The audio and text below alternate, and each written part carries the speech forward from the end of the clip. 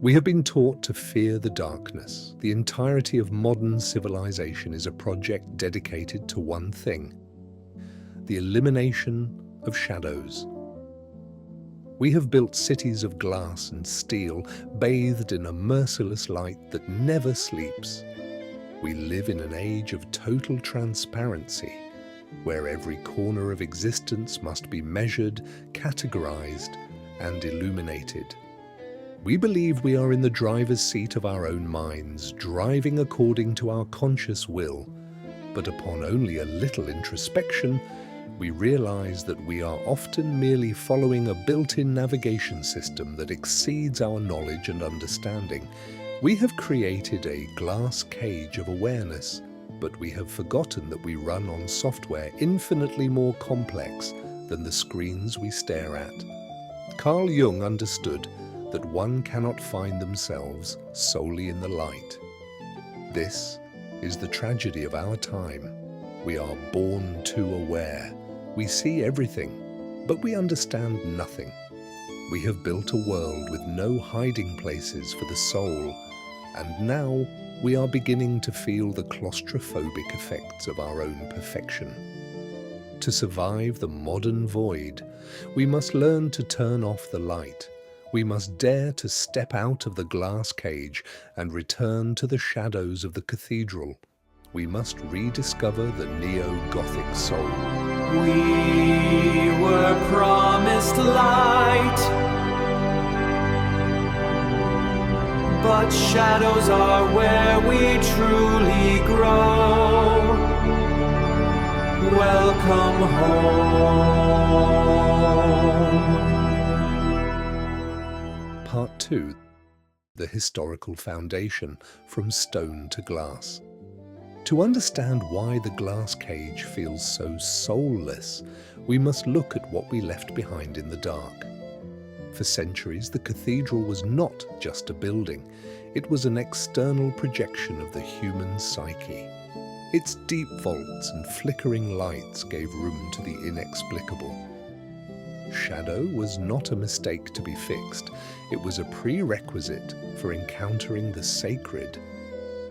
Carl Jung noted that man has developed consciousness slowly and laboriously over untold ages. He argued that large areas of the human mind are still shrouded in darkness.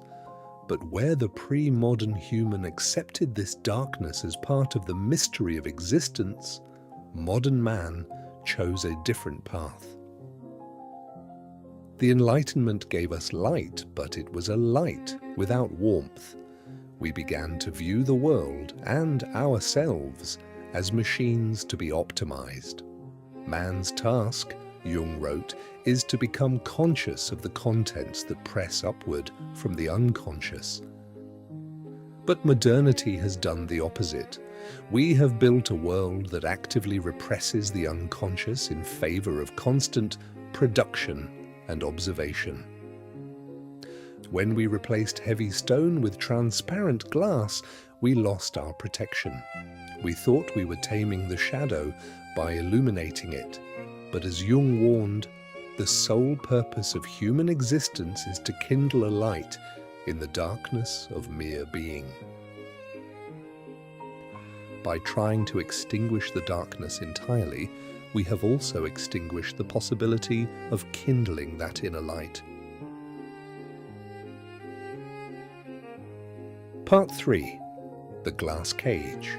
The exhaustion of being seen. In this world of glass, we suffer from a new kind of pathology. We are born too aware. Every piece of information, every tragedy, every triviality is available at the swipe of a finger. We are overexposed, not just to the world, but to the gaze of others.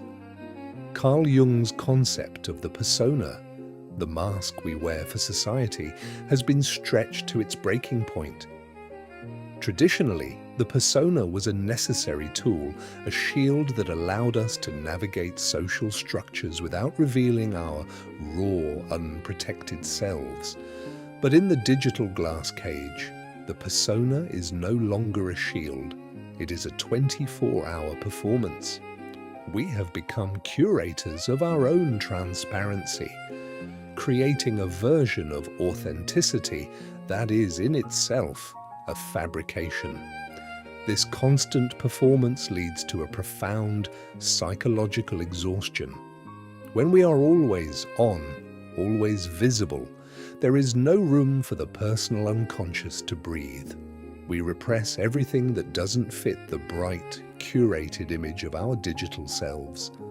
The dark, the melancholic, the messy, and the complex are pushed down into the basement of our minds.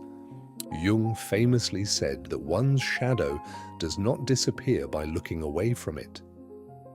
You cannot outrun the light-casted shadow of your body, yet this is exactly what the modern world demands, a life without shadows. We are told to be positive, to be vibrant, to be relatable. But by denying our inner darkness, we don't make it go away. We make it dangerous. A small evil becomes a big one through being disregarded and repressed. The glass cage hasn't freed us from our demons. It has only made them invisible to us. When we live in total transparency, we lose the privacy of our own soul. We become ghosts in a palace of light, haunted by the very parts of ourselves we refuse to name. Part 4. The Gothic Recovery, Finding the Self. The primary objective of a fulfilled life, according to Jung, is individuation, the integration of all components of the psyche into a unified state of wholeness. But how can we achieve wholeness in a world that only values the top-down view? Modernity focuses only on the display screen of our conscious will, ignoring the vast, ancient hardware that lies beneath. This hardware is what Jung called the collective unconscious. It is a reservoir of psychological structures or archetypes inherited through the sum total of human history. These are the ancient maps of the soul: the hero, the mother, the wise old man, and the shadow. By ignoring them, we risk aimlessly traveling the world, ending up somewhere uninteresting at best and disastrous at worst. To return to the Gothic is to return to the archetypal. It is to recognize that we are not just biological machines, but the latest iteration of a story that is millions of years old. Within the shadow, we find not only our faults, but our hidden strengths, our creativity, our passion, and our depth. Deeply nested within this shadow, Jung identified the anima and the animus, the suppressed feminine qualities in a man and the suppressed masculine qualities in a woman. In our modern quest to flatten and optimize human experience, we have tried to erase these nuances. We have made ourselves safe. But in doing so, we have made ourselves hollow. Integrating the shadow requires an effort of radical self-acceptance. It is the realization that it is an act of healing to admit that one is sick. We must be willing to confront the wicked, the shameful, and the unpopular interests we have buried. This is the work of the Neo-Gothic Soul, to kindle a light in the darkness of mere being, not by destroying the darkness, but by making it conscious. Only by descending into the basement of our own minds can we fix the bugs in our navigation system and finally take hold of the controls. The self, the authentic totality of who you are, is waiting at the bottom of the stairs. Part 5. The Threshold of Choice, Becoming Whole. We are often merely following a built-in navigation system that exceeds our knowledge and understanding. Modernity has tricked us into believing that we are in the driver's seat, simply because the display screen of our conscious will is so brightly lit. But as we have seen, this light is a cage. To stay in the glass palace is to risk aimlessly traveling the world, ending up somewhere uninteresting at best and disastrous at worst. Jung taught us that the sole purpose of human existence is to kindle a light in the darkness of mere being. This light is not found by exaggerating the good or polishing the persona, but by becoming conscious of the contents that press upward from the unconscious. It is a journey that shakes the very core of the psyche. It requires the radical self-acceptance to admit that you are not, and will never be, completely who you want to be. The Neo-Gothic soul is not a retreat into the past, but an advancement into the depth of the present.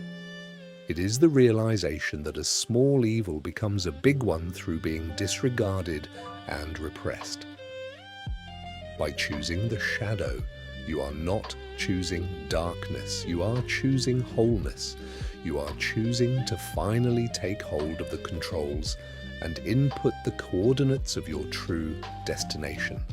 The stairs are waiting, and as Jung reminds us, it is an act of healing to admit that one is sick. Welcome home.